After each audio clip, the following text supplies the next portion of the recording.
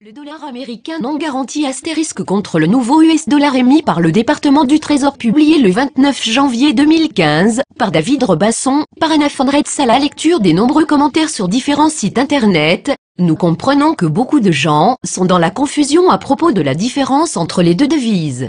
Le dollar fédéral américain, FRN pour Federal Reserve Note, n'a rien à voir avec les États-Unis d'Amérique. Le dollar non garanti de la Réserve fédérale est détenu par une banque privée constituée en 1913, à la suite des accords de 1911, de Jekyll Island conclus par des personnes privées, représentant d'intérêts bancaires et politiques, NDT. Les actionnaires de la dite société ont désigné cette monnaie le dollar des États-Unis, US$, pour dissimuler l'escroquerie aux yeux du peuple américain. Si vous n'avez pas encore compris cela, nous vous suggérons un cours de rattrapage sur l'histoire de la Réserve fédérale. Lorsque, et pas si, la remise à zéro des devises mondiales se produira, le monde reviendra à un système bancaire garanti par des actifs de valeur. Par exemple, les paniers de devises pourront être échangés contre de l'or, de l'argent, du maïs, du coton ou quelle que soit la ressource qui ait de la valeur sur le marché. Cela permettra à la devise de chaque pays d'être fixée à une nouvelle valeur d'échange. Ces paniers ne contiendront pas la devise du pays, par exemple, de l'or, le yuan, la livre britannique, etc. Actuellement les DTS, droits de tirage spéciaux, du FMI sont constitués de certaines devises et cela ne fonctionne pas très bien, donc cela sera amené à changer également. Chaque pays fait l'objet d'un audit de ses actifs propres qui peuvent servir à soutenir la valeur de sa devise. Cette valeur n'est pas seulement constituée de lingots d'or entreposés dans les coffres, mais également de ce qui se trouve dans le sous-sol. Revenons au problème des États-Unis, que les gens ne comprennent pas. À présent il y a des gens qui disent que le dollar US non garanti va se déprécier lorsque la remise à zéro aura lieu, cela n'a aucune importance. Il s'agit du dollar non garanti, qui est aux mains d'intérêts privés, laissez-le s'effondrer en cendres, c'est mon opinion. La vraie valeur de ce papier gras est environ 300. C'est pourquoi la miche de pain est à 4$ à la boulangerie.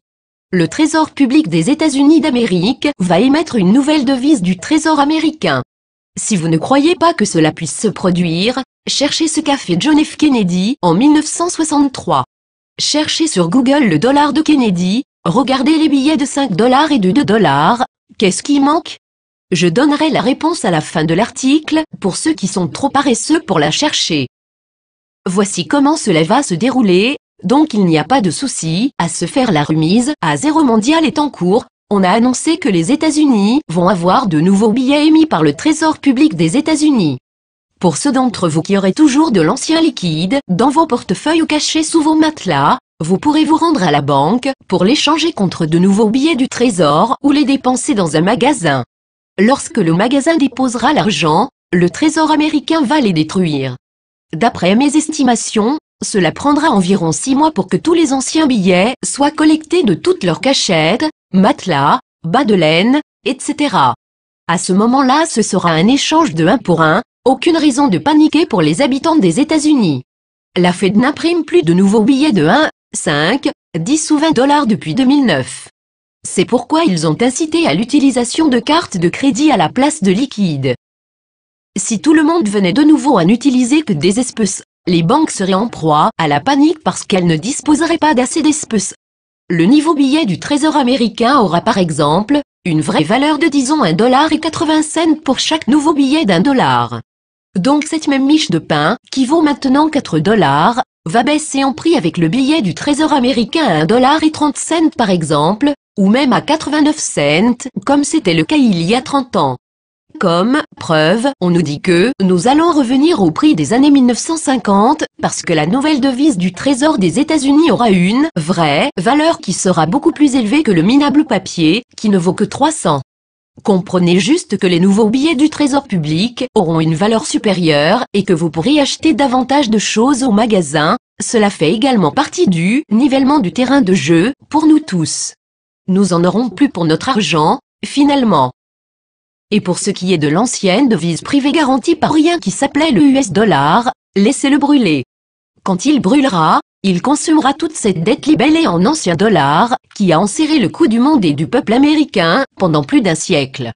Faites entrer les nouveaux dollars du Trésor public américain. Crochet de négation illustration des symboles sur le billet de 1 dollar actuel. www.galactichir.net Shelcam01@comcast.net Galactichir1@comcast.net Traduction Patrick Reve. Isabelle.